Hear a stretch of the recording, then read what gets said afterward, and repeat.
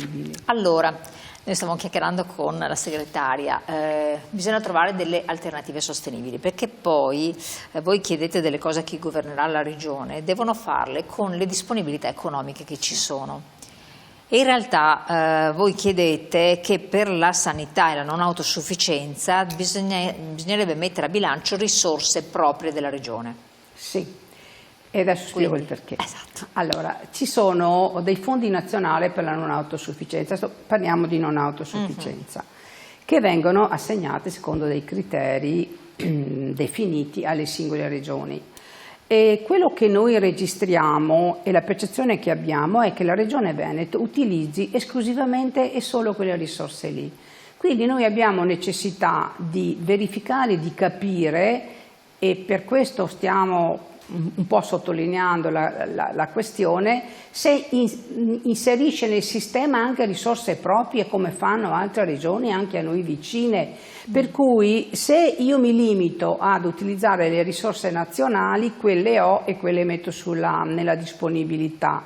Però io devo tenere conto che c'è tutta una territorialità, servizi territoriali, le famiglie che gestiscono il proprio familiare a casa, che hanno bisogno da questo punto di vista di avere incentivi, di essere aiutate.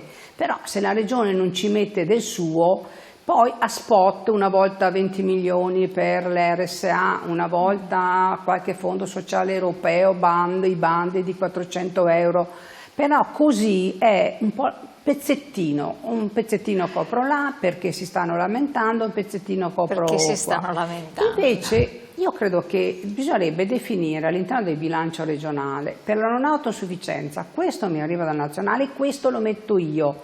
Io devo avere la capacità di conoscere quali sono effettivamente le risorse destinate alla non autosufficienza, quali e quanti, e mi deve anche sentire coinvolgere nella destinazione, perché vanno in mille rivoli, noi non capiamo mai dove vanno. Vanno dicono c'è un sostegno ai caregiver, ma come li avete individuati? Quanto li sostenete? Con che criteri? Con che modalità?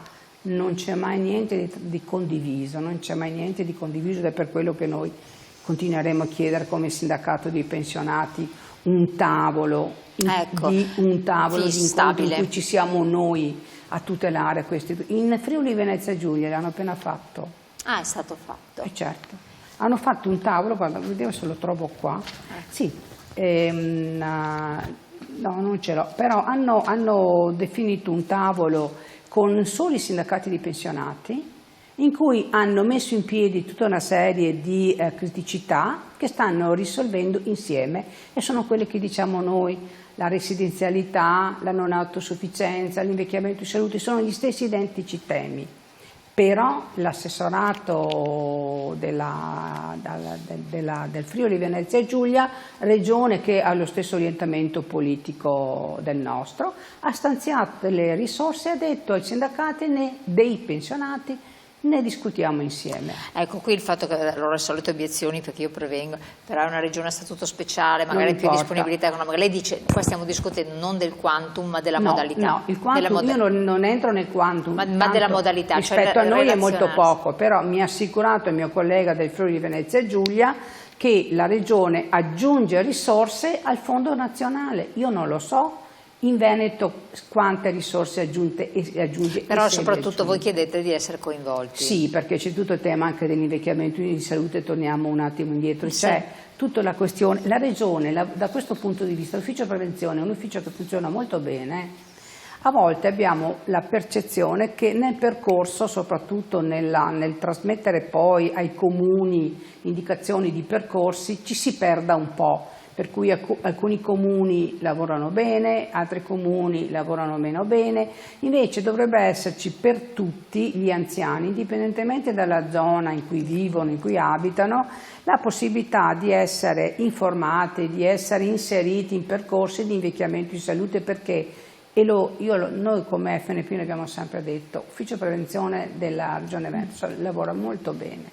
però spesso non... È la filiera filiera che dappertutto c'è la perde, filiera. la filiera Quindi che si voi perde. coinvolgete i comuni, cercate di sollecitarli, vabbè, vi trovate anche... Qui ci sono progetti esatto, regionali dei progetti, interessanti e ben esatto. finanziati. Il problema sta che non tutti i comuni riescono a recepire o lavorare allo stesso modo. Non ci credono. Ah. Io dico sempre, dopo si arrabbiano i sindaci quando gliel'ho detto.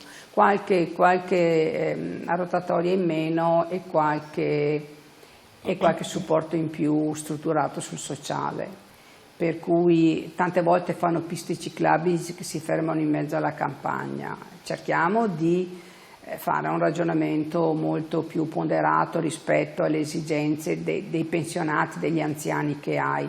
Io non penso che la maggior parte degli anziani vada su pista ciclabile, vanno a fare la passeggiata all'intorno, salvo qualche amante delle due ruote, però ecco, bisognerebbe che le risorse fossero aggregate e bisognerebbe che la relazione con i comuni fosse una relazione in cui io, ufficio prevenzione, controllo. Cioè tu mi devi dire se fai o non fai. Un rendicontare, insomma, rendicontare per poterle valutare. Nella contrattazione comunale e sociale fanno molto da questo punto di vista, però insomma la mia ansia viene sempre dall'idea che ci sono molti anziani soli, ci sono molti anziani che non hanno momenti di socialità, quindi tutta la questione del co-housing, quindi dell'abitare sociale e solidale. Anche lì i comuni dovrebbero insomma metterci un po' di più la testa. E da questo punto di vista abbiamo ancora un grafico interessante, è l'ultimo, però bisogna farlo vedere, perché avete invecchiamento attivo sempre, quali difficoltà incontri a praticare attività fisiche o sociali, eccolo qua, nell'essere quindi partecipe di questa comunità.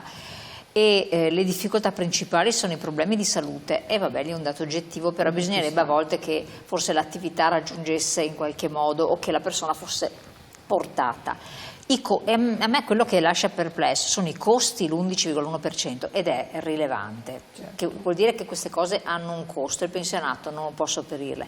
E poi la mancanza di strutture nelle vicinanze e gli orari delle attività non compatibili, e la difficoltà a raggiungere il luogo, che io direi che tanto è la stessa roba, fanno un 13%. Quindi dopo i problemi di salute principalmente ci sta, come diceva lei, queste realtà più piccole, comunali, che siano comuni grandi o piccoli, però dove si svolgono queste attività di aggregazione non sono raggiungibili dagli anziani, quindi a questo punto sono a portata di pochi, perché manca, nelle vicinanze non c'è la struttura o non riesco a raggiungerla, è come dire non posso farlo. Sì, ma io per carità, io non ce l'ho con i circoli bocciofili, che rimangano pure perché è una passione anche quella, però con la pandemia molti centri per anziani, molti centri sociali per anziani sono stati in qualche maniera chiusi o ridimensionati, poi non sono più stati riaperti e lì quella solitudine che prima in qualche maniera trovava un minimo di sollievo in questi momenti fa fatica a essere rilanciata, i comuni hanno anche difficoltà. Sono sempre volontari, il terzo settore, se non c'è il terzo settore. No, il terzo settore va rivalutato, ma non va riempito di burocrazia. Esatto. Abbiamo non tantissimo tempo a disposizione. Un altro punto, il terzo, su cui voi insistete molto ed è fondamentale, è quello dei medici di medicina generale, e lì si apre un altro mondo. Si apre un mondo. Perché parecchi ne stanno andando in pensione, anche loro insomma vanno in pensione. Si apre un mondo nuovo che comunque ci sarà, e rispetto a consuetudini che prima avevano soprattutto i nostri anziani, e noi non possiamo sradicare un modello dalla mattina alla sera, perché dentro le case di comunità è prevista l'azione dei medici di medicina generale in un'aggregazione di ambito in cui il medico è dentro le case di comunità, in cui si accolgono le persone e si prendono in carico i loro bisogni. Però c'è anche il modello vecchio, un modello del medico di base, il modello della guardia medica, che tu non puoi sradicare completamente, devi tenere in piedi i due sistemi. devi comunque tenere conto che c'è una prossimità e che gli anziani continuano ad aver bisogno di quel modello, Che ci deve e essere c'è vicino. un'evoluzione dentro le case di comunità. La mia percezione è che si stia sradicando un modello e non si è ancora messo a punto quello nuovo, quindi è chiaro che i primi a trovarsi in disagio e difficoltà sono gli anziani, quindi creiamo anche un rapporto più trasparente, più stretto fra medici e utenza, medici e pazienti, più trasparenza, più accoglienza e più anche riflessione, perché la Regione ha le sue critica, Sì, assolutamente sì. però noi abbiamo ascoltato i rappresentanti di medici di medicina dicono generale cosa? e bisogna mettere insieme le due visioni, perché anche loro sono attenti alle necessità dei loro pazienti, quindi credo che il compito grande della Regione sia di avere una visione d'insieme e di tenere conto anche delle idee, delle proposte che i medici di medicina generale fanno, perché io non posso dire che sono lontani dalle esigenze dei loro pazienti, anzi li sentono e anche in prima persona. Infatti, poi teniamo conto che in queste case di comunità che dovranno, insomma, vabbè, che non ci sono dappertutto, ce n'è una percentuale. Anche l'altro ieri un altro report. Ecco, lo aggiorneremo appunto. Ne sono state avviate 62, vabbè. Nessuna però con completamente attiva su tutti i settori. Esatto, questo volevo dire. E tra l'altro i medici di medicina generale hanno qualcosa da ridire, per cui anche loro per la logistica non concordano.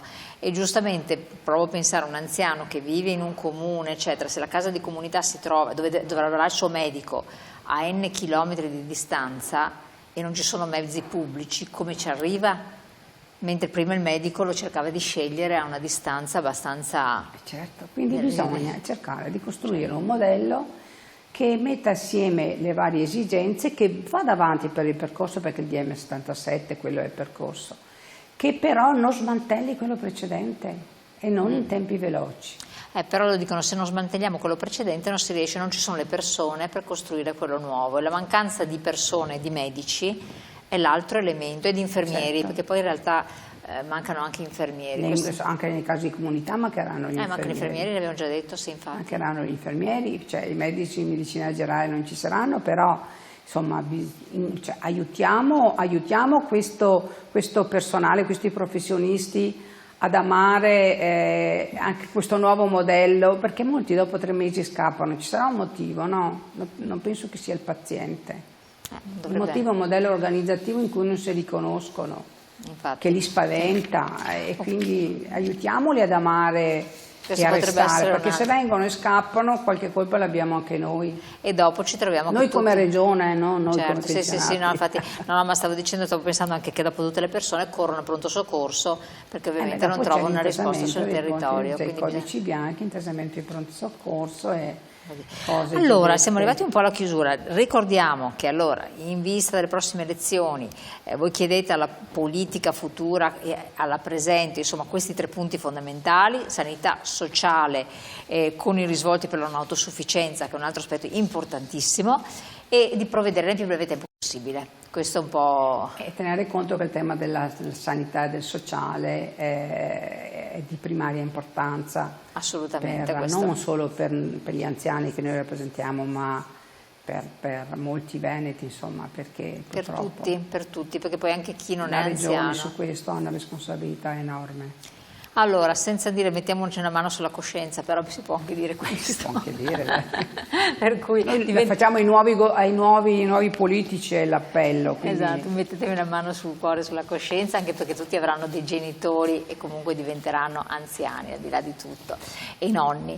Grazie segretaria, buon lavoro, Grazie, ci aggiorniamo prestissimo per altre iniziative importanti di sensibilizzazione delle istituzioni e portare a conoscenza di voi cittadini i diritti e le opportunità che potete avere. Rivolgetevi al sindacato, tutte le sedi dell'FNPC sono presenti sul territorio, chiamate, prenotate e andate a chiedere informazioni. Grazie.